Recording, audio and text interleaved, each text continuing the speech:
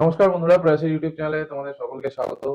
কলকাতা পুলিশের sub inspector মেন্সের যে পরীক্ষা আগামী 30 তারিখে হতে চলেছে, তার জন্য যারা অলরেডি প্রিপারেশন আমাদের কাছ থেকে নিয়েছো তাদের ক্ষেত্রেও বলছি, যারা নাওনি তাদের ক্ষেত্রেও বলছি, মানে আমাদের কাছ থেকে যারা প্রিপারেশন নাওনি, তোমরা যারা নিজেরা পড়াশোনা করে এই পরীক্ষাটা দিতে যাচ্ছ তারা জানো পরীক্ষায় যেহেতু নাম্বার অফ সিটস একটু কম আছে, সেক্ষেত্রে মানে ফাইটটা কিন্তু হাড্ডাহাড্ডি। তো এই ক্ষেত্রে মেন্সের নাম্বারটা কিন্তু অনেকটা ফ্যাক্টর। এই জায়গায় তুমি চেষ্টা করবে যতটা পারা যায় নাম্বার তুলে রাখা। তার জন্য তোমার সব থেকে বেশি মানে যেখান থেকে তোমার মাইলেজ দেবে সেটা হচ্ছে পেপার ওয়ান। পেপার ওয়ানে ম্যাথ আর রিজনিং পার্টটায় সব থেকে বেশি মার্কস তোলার চেষ্টা করবে। এবং ওটা কিভাবে করবে, সঠিক যে প্রসেসগুলো আমি বলেছি, বা তোমরা যারা আমাকে দেখছো, মানে যারা আমার কাছ থেকে প্রিপারেশন নিয়েছো তাদেরকেও বলছি, তোমরা জানো ক্লাসে যেভাবে বলেছি, যে পয়েন্টগুলো বলেছি সেই অনুযায়ী খাতায় লিখে আসার চেষ্টা করবে, যাতে একটা নাম্বারও না কাটতে পারে। আর কনভেনশনাল টাইপের যদি কোয়েশ্চেন হয়, যদি ওয়ান লাইনার না হয়, সেক্ষেত্রে কিভাবে কোশ্চেন লিখতে হবে তার একটা প্যাটার্ন আছে, সেভাবে বলে দিয়েছি। একাডেমিক সাবজেক্টগুলো তো বই পড়েই হয়। আর বাকি যে ধরনের এখনকার ট্রেন্ড ফলো করছে, মানে যেগুলো আমাদের প্রেজেন্ট সিনারিওর উপর যে ধরনের কোশ্চেনগুলো হয়, সেই কোশ্চেন এবং তার অ্যান্সার তো অলরেডি তোমাদের কাছে রয়েছে। যারা আমাদের সঙ্গে কন্ট্যাক্ট করেছে তারা জানে যে আমরা একটা ছোট্ট একটা পিডিএফ, 189 পেজের মোস্ট প্রবাবলি, তো সেই পিডিএফটা আমরা অনেকের সাথেই শেয়ার করেছি যারা চেয়েছে তাদের সঙ্গে। তো এইটা কিন্তু অনেকটা আমার মনে হয় যে ওইখানে যে ইম্পর্টেন্ট কোয়েশ্চেন গুলো আছে তার অ্যান্সার গুলো আমরা করে দিয়েছি, এক্ষেত্রে অনেকটা তোমাদের ক্ষেত্রে হেল্পফুল হবে। বাকি রইলো যেটা বেঙ্গলি এবং ইংলিশের ক্ষেত্রে বলবো সেই একই।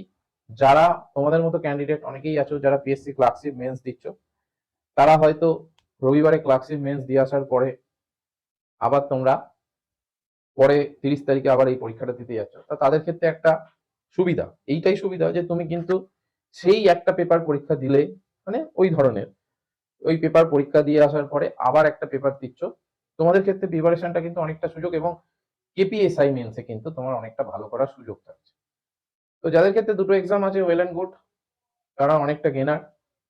আর যারা অনলি কেপিএসআই দিচ্ছ তাদেরকে বলবো, জানি তোমরা এই পুলিশ হওয়ার জন্য বা এসআই হওয়ার জন্য যে এতদিন ধরে যে ডেডিকেটেডলি তোমাদের পড়াশোনাটা চালিয়ে গেছো, সেটাই কিন্তু নিজেদের প্রমাণ করার জায়গা আমাদের আগামী 30 তারিখ। অতএব চেষ্টা করো যতটা পারা যায় নার্ভটাকে কন্ট্রোল রেখে ওই পরীক্ষার দিনকে 100% দিয়ে আসার, যাতে নিজে মেরিট লিস্টে তুমি জায়গা করে নিতে পারো এবং একটা চাকরি যেন তুমি অ্যাচিভ করতে পারো। এটাই বলবো আমার উইশ তোমাদের সকলের জন্য, যারা ডেডিকেটেডলি পড়াশোনাটা করেছে। এবং কোয়েশ্চেন যেভাবেই আসুক না কেন, কনভেনশনাল টাইপের হোক বা তোমার ওয়ান লাইনার হোক বা শর্ট নোট টাইপের হোক, শর্ট নোটটা দিতেই পারে, কনভেনশনাল হলে পরে শর্ট নোট অবশ্যই দেবে। তুমি কিন্তু ঘাবড়ে না গিয়ে সব ধরনের যেহেতু প্রিপারেশন আমি একটা বলে এসেছি, অনেকেই হয়তো আমার মতো যারা গাইডেন্স দিচ্ছে তারাও বলেছেন, তো সেই জন্য সব ধরনের প্রিপারেশনই হয়তো তোমাদের এবারে আছে। আমি মনে করব পরীক্ষায় যেভাবেই কোশ্চেন আসুক না কেন তোমরা কিন্তু পারবে। তো সেইভাবে তোমাদের 100% দিয়ে আসো।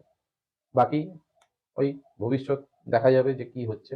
আর যাদের ক্ষেত্রে কেপি এবং ডাব্লিউবিপি দুটোই আছে, তাদের ক্ষেত্রে বলবো তোমাদের এটা প্লাস আরেকটা সুযোগ। তো এত কম টাইম পিরিয়ডের মধ্যে দুটো সুযোগ পাবে, সেক্ষেত্রে কিন্তু এটাকে কিন্তু আবার তা বলে কিন্তু একটু নেগলেক্ট করো না। দুটোই কিন্তু তোমার 100% দিয়ে আসবে। যেটাই হয় জানো, কলকাতা পুলিশ অলওয়েজ বেটার। আমিও বলি ক্যালকাটা পুলিশ এক্ষেত্রে সব দিক দিয়েই, বিভিন্ন অ্যাসপেক্টের দিক থেকে অলওয়েজ বেটার। তো আমাদের যারা প্রিভিয়াস যারা সাকসেসফুল স্টুডেন্ট আছে তারাও আজকে তোমাদের মতনই এক জায়গায় ছিল, সেইখান থেকে আজকে অ্যাচিভমেন্ট পেয়ে তারা কিন্তু আজকে জব করছে। তো আগামী দিনে তোমরা নিজেদেরকে ওই জায়গাটায় দেখতে চাও, এবং তাই জন্যই পরীক্ষাটা দিয়ে আসো সেইভাবে যাতে তুমি তোমার ওই জায়গাটাকে সিকিওর করতে পারো। সবার জন্য বেস্ট উইশেস। সবাই ভালো করে পরীক্ষা দাও এবং তোমাদের অবশ্যই একটা চাকরি হবে। ওকে, থ্যাংক ইউ।